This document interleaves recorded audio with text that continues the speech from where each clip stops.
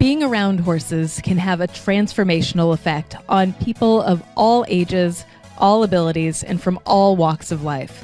Meet the horses of Ivy Hill and see the work that they do every day. So what goes into the perfect therapeutic horse? What are the components that you look for when you're selecting one for the program? Generally, we look for our horses, we call it bomb-proof in the horse world. They don't mind loud noises, kind of things that are unexpected.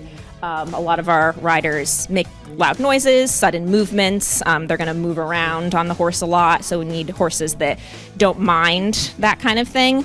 And then from there, we look for our horses based on kind of our rider needs. We have a lot of different riders with different goals and different needs. As the barn manager, you get to know these horses very well, and a lot of them come to the program through very different paths. Tell me about some of the horses in the program and what they did before they got the job here. We have a few horses like Bradley that had a showing career or had their own human that owned them and cared for them, and they taught them riding lessons and showing.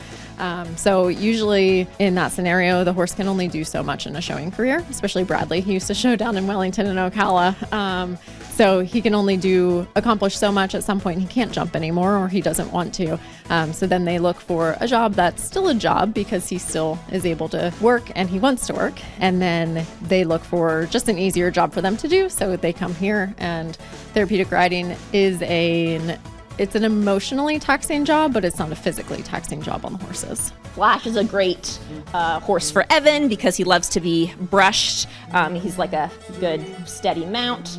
We have other riders that have other goals, so they're going to be riding horses that are for competing in shows and whatnot. Look for horses based on our riders. We match them to our riders, and then we look at their temperaments, and we want them to enjoy their job as well. So we look at, if they like being brushed and they like being around people.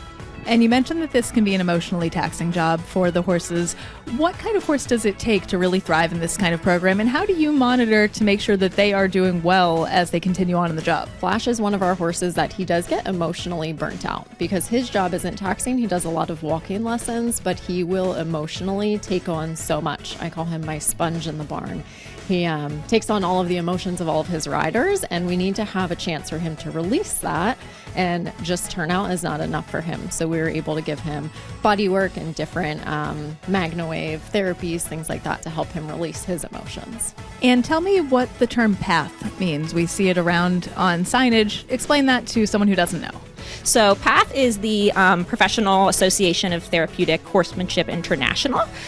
They're the governing body over equine assisted services, which means, horses being used in a therapeutic manner to help other people. The goal of the therapeutic riding industry as a whole is really to make horses accessible to those who can benefit from them. It has been an incredible afternoon learning about the transformative power of horses here at Ivy Hill Equestrian, a place that offers equine-assisted therapy in an inclusive environment to members of the community. If you're interested in volunteering, donating, or learning more, visit ivyhillequestrian.org.